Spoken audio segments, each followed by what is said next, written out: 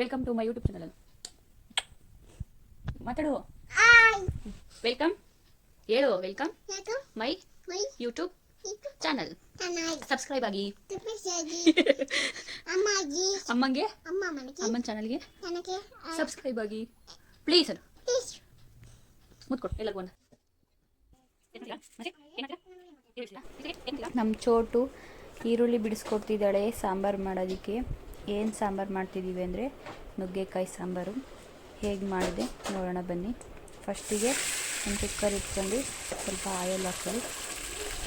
ಆಮೇಲೆ ನುಗ್ಗೆಕಾಯಿ, ಆಲೂಗೆಡ್ಡೆ, ಕಡಲೆಕಾಳನ್ನ ಅದರೊಳಗಡೆ ಹಾಕಿ ಒಂದು 5 ಮಿನಿಟ್ಸು ಉಪ್ಪು ಹಾಕ್ಕೊಂಡು ಬೇಯಿಸ್ಕೊಳ್ಳಿ. ಆಮೇಲೆ ಈರುಳ್ಳಿ, ಟೊಮೊಟೊ, ಕಾಯಿ, ಚಕ್ಕೆ, ಬೆಳ್ಳುಳ್ಳಿ, ಶುಂಠಿ, ಖಾರದ ಪುಡಿ, ಸಾಂಬಾರು ಪುಡಿ ಹಾಕೋಬಿಟ್ಟು ಈ ಥರ ರುಬ್ಕೋಬೇಕು.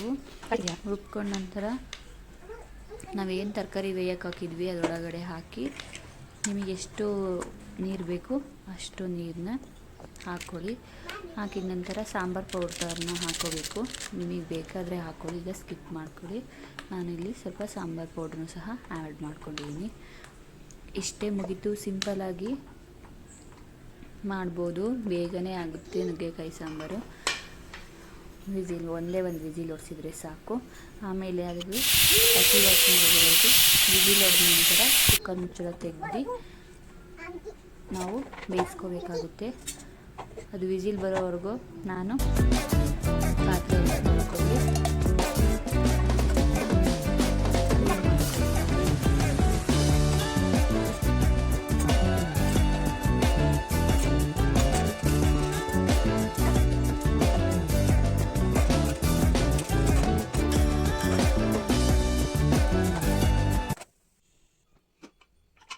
ವಿಸಿಲ್ ಆಯಿತು. ಸಾಂಬಾರು ನೋಡಿ ಈ ಥರ ಬಂದಿದೆ. ಅದ್ರ ಮೇಲೆ ಒಂದು ಸ್ವಲ್ಪ ಕೊತ್ತಂಬರಿ ಸೊಪ್ಪನ್ನ ಹಾಕಿ ಒಂದು 5 ನಿಮಿಷ ಕುಕ್ಕರ್ ಮುಚ್ಚಳನ್ನ ತೆಗೆದು ಬೇಯಿಸ್ಕೋಬೇಕಾಗುತ್ತೆ. ಯಾಕೆ ಅಂದರೆ ಹಸಿ ಸ್ಮೆಲ್ಲೆಲ್ಲ ಹೋಗುತ್ತೆ. ನನ್ನ ಮಗಳು ಟೇಸ್ಟ್ ನೋಡಿ ಚೆನ್ನಾಗಿದೆ ಅಂತ ಏನು ನಗ್ತಿದ್ದಾಳೆ ಹಾಕಿಸ್ಕೊಂಡು ಕೈಗೆ.